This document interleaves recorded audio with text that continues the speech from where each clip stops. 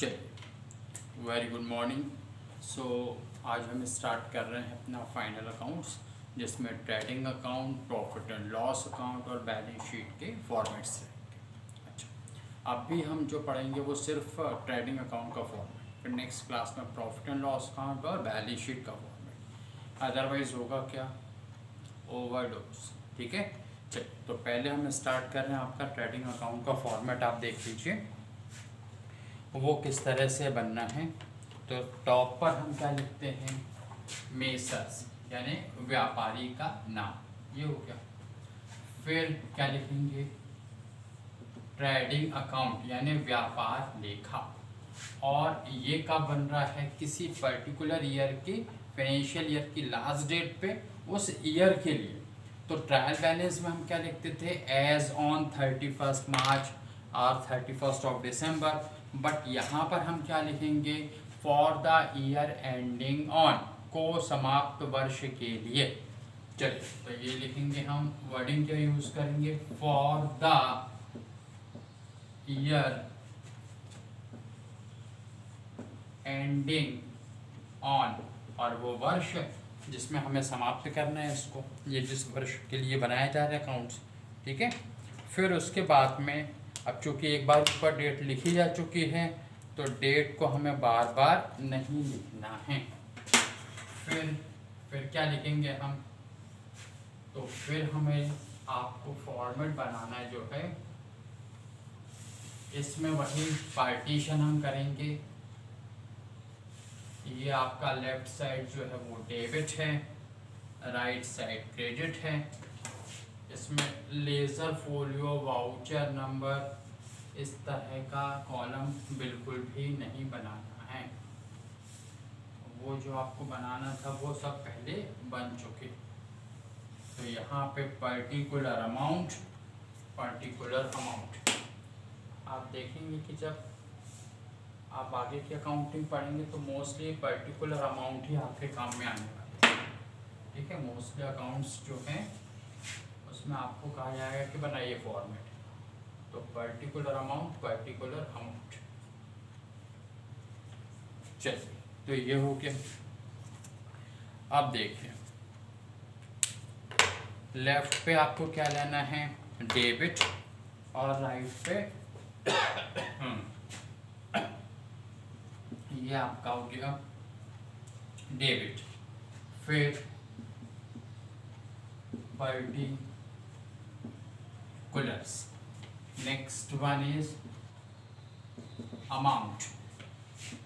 फिर आपका राइट में वही पर्टिकुलर्स यानी विवरण, और ये amount, and the right side is credit. Simple, look wise भी ठीक ठाक दिख रहा है।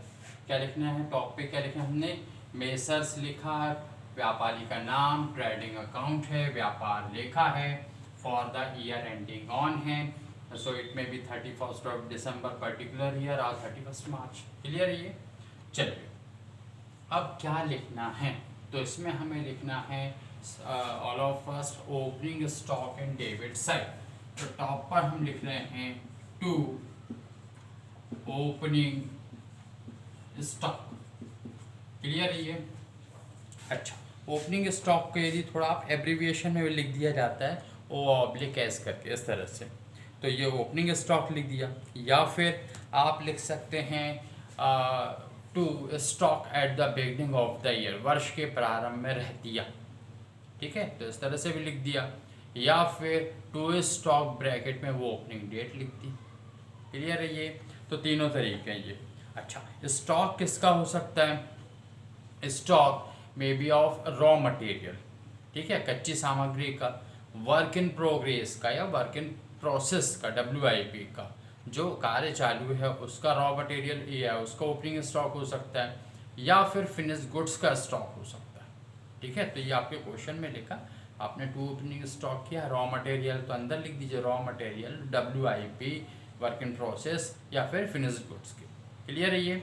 चलिए, ओपनिंग स्टॉक लिखने के बाद नेक्स्ट आप लिखेंगे टू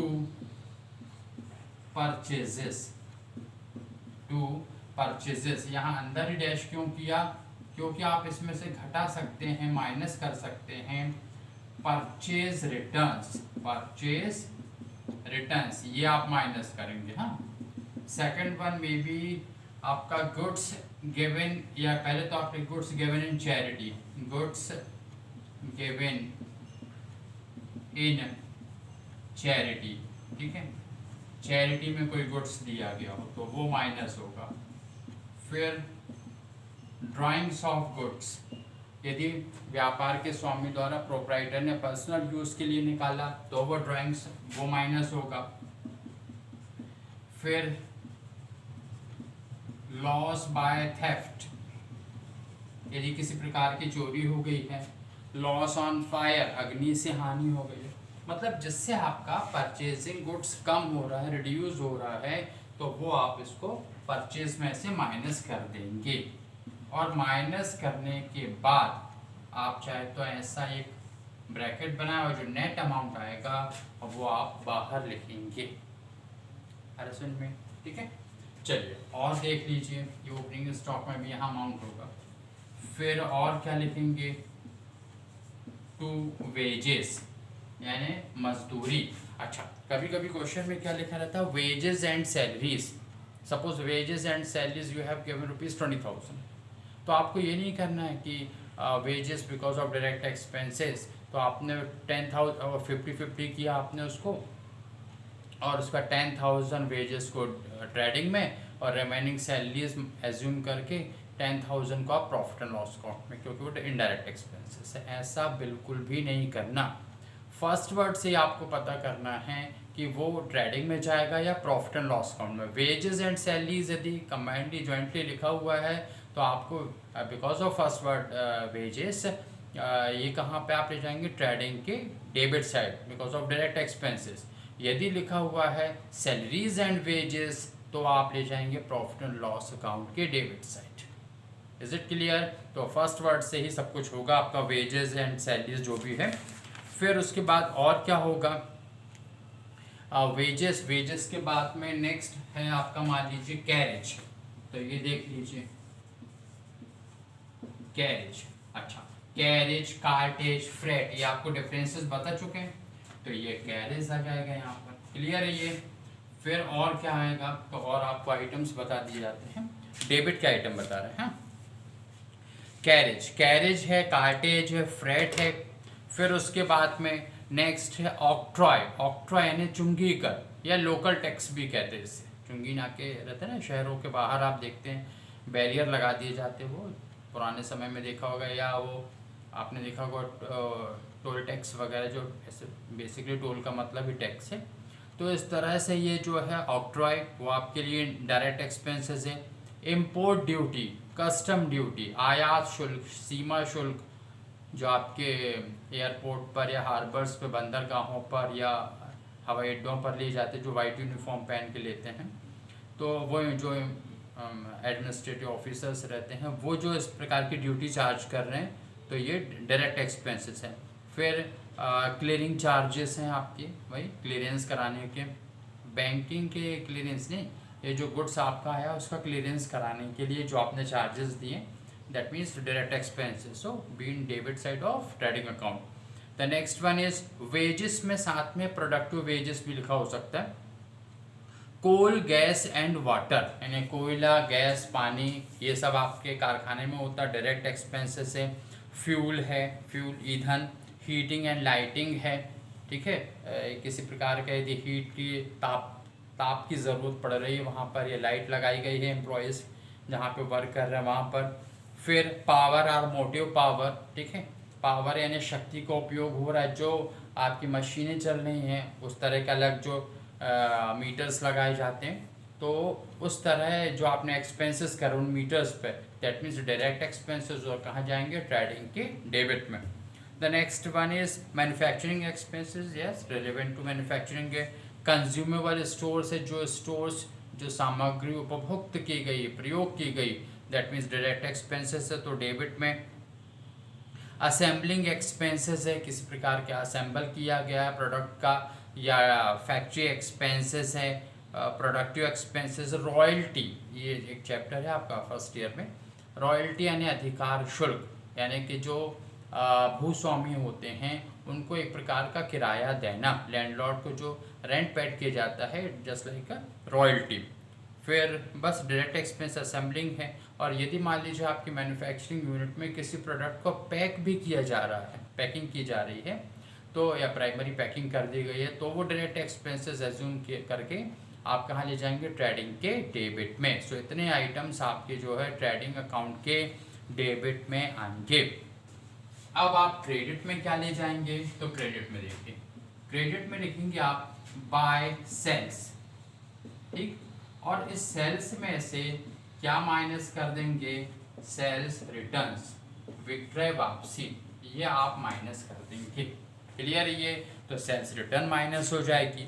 और क्या लिखेंगे आप, फिर लिखना है आपको by closing stock, by closing stock, जो आपको जनरली एडजस्टमेंट में ट्रायल बैलेंस के बाहर रहेगा वो वाला। क्यों, क्योंकि जो ट्रायल बैलेंस के अंदर है वो आपकी एसेट्स और डायरेक्ट बैलेंस शीट की एसेट्स में आएगा, लेकिन जो एडजस्टमेंट में जब ट्रायल बैलेंस के नीचे जब आइटम्स दिए रहते हैं उनको एडजस्टमेंट कहते हैं। उस एडजस्टमेंट की रो में होगा तो क्लोजिंग स्टॉक कहाँ जाएगा, ट्रेडिंग के क्रेडिट में, और बैलेंस शीट की एसेट्स में। जब हम एडजस्टमेंट पढ़ेंगे तब और देखेंगे इसको। सो क्लोजिंग स्टॉक भी जो है वो आपका क्रेडिट का आइटम है। अच्छा, फिर उसके बाद में ये जो क्लोजिंग स्टॉक हो सकता है वो आपका वही जैसे ओपनिंग स्टॉक था, रॉ मटेरियल का हो सकता है, या फिर WIP का, वर्क इन प्रोसेस का, या फिर फिनिश गुड्स का। फिर हम क्या कर रहे हैं, अब डिफरेंसेस निकाल रहे हैं। तो डिफरेंसेस कैसे, किस तरह से, आप क्रेडिट ज़्यादा और मान लीजिए डेबिट कम है तो लिखेंगे to gross profit, gross profit या GP भी लिख सकते हैं। तो टू ग्रॉस प्रॉफिट।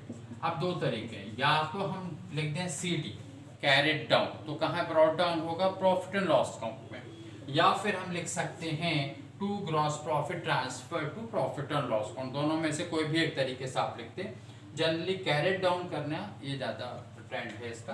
तो यहाँ पे हमने लिखा टू ग्रॉस प्रॉफिट CD, और फिर हमें क्या करना है इसका टोटल, और ये टोटल करने के बाद आप प्रॉफिट एंड लॉस अकाउंट में ले जाएंगे।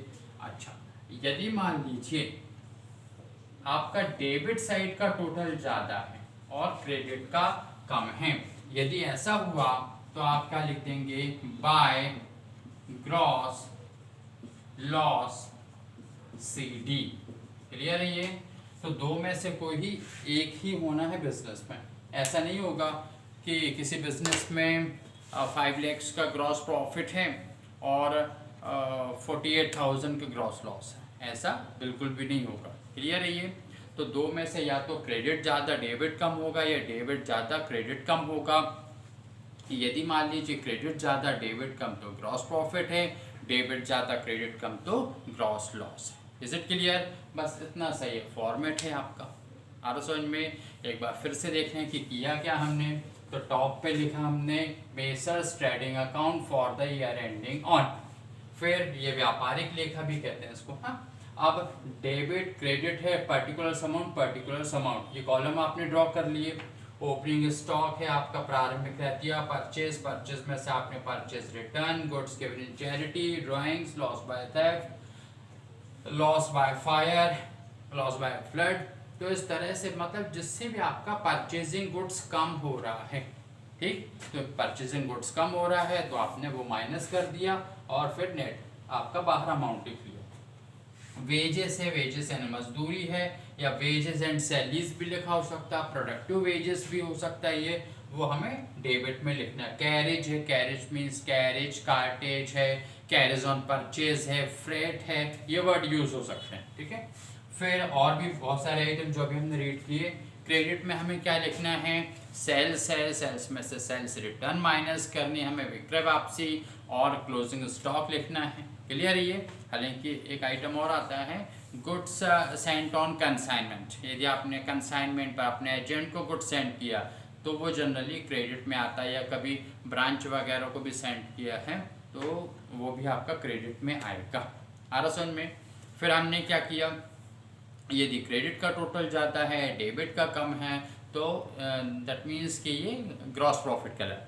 अब ग्रॉस प्रॉफिट क्या है, आप क्या करेंगे, to gross profit carried down CD, और या फिर हम लिख सकते हैं to gross profit transfer to profit and loss account. यदि डेबिट ज़्यादा है क्रेडिट कम है तो ग्रॉस लॉस कहलाएगा, बाय ग्रॉस लॉस CD, और उसके बाद में अच्छा ये ग्रॉस प्रॉफिट CD है तो प्रॉफिट एंड लॉस अकाउंट के क्रेडिट में BD होगा, ये बाय ग्रॉस लॉस CD यहाँ है तो वो प्रॉफिट एंड लॉस अकाउंट जब बनाएंगे तो उसके डेबिट में BD होगा। क्लियर है, आप जानते हैं ना, CD यदि यहाँ तो BD यहाँ पर होगा, या इस तरह से ऐसा क्रॉस में जाना उनको। अब यहाँ पर ये फॉर्मेट है, इस फॉर्मेट में वैल्यूज पुट करनी है और बस ग्रॉस प्रॉफिट या ग्रॉस लॉस निकलना है। तो पहले हम जो है वो आपके फॉर्मेट आपको समझा दे रहे कि किस तरह से, ये फर्स्ट है आपका ट्रेडिंग अकाउंट का, छोटा रहेगा ये आपका। प्रॉफिट एंड लॉस अकाउंट में आइटम्स ज़्यादा होंगे क्योंकि उसमें डायरेक्ट एक्सपेंसेस हैं, लॉसेस हैं, इनकम्स हैं, प्रॉफिट्स हैं, लगभग सभी कुछ है। ठीक, तो वो प्रॉफिट एंड लॉस अकाउंट का फॉर्मेट थोड़ा सा इससे थोड़ा बड़ा ही रहेगा। फिर बैलेंस शीट का फॉर्मेट बता देंगे। तो अभी आप इससे फ़िलहाल यहीं तक इसको आप समझ के रखिए कि किस तरह से आप लिख कर भी देख सकते हैं इसको, फॉर्मेट को। आपकी बुक्स में भी फॉर्मेट बने हुए हैं, फॉर्मेट को लिख कर देखिए और उसके बाद फिर आपको नेक्स्ट फॉर्मेट बता। ठीक है, ओके, थैंक यू।